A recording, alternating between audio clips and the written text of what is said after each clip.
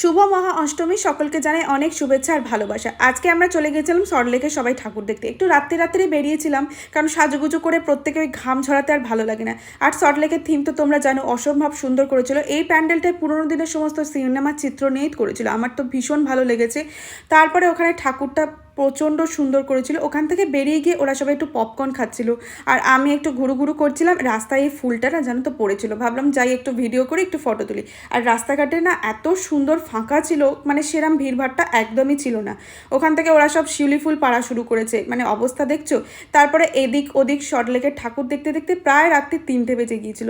এই থিমটাও আমার ভীষণ পছন্দ হয়েছে। বাবুই পাখির বাসাটা কি পুরো একদম যেন অরিজিনাল মতো লাগছে, আর ভিতরের সমস্ত হাতের তৈরি জিনিস দিয়ে করেছিল, অপূর্ব সুন্দর করেছিল। ওখান থেকে আমরা চলে গিয়েছিলাম মেলাতে। আবার আমি আজকে খাবো ফার্স্ট টাইম বোবা ট্রি। তোমরা কেউ বোবা ট্রি খেয়েছো? আমাকে কমেন্ট করে জানিও। আজকের মতো ভিডিওটা এখানেই শেষ করছি।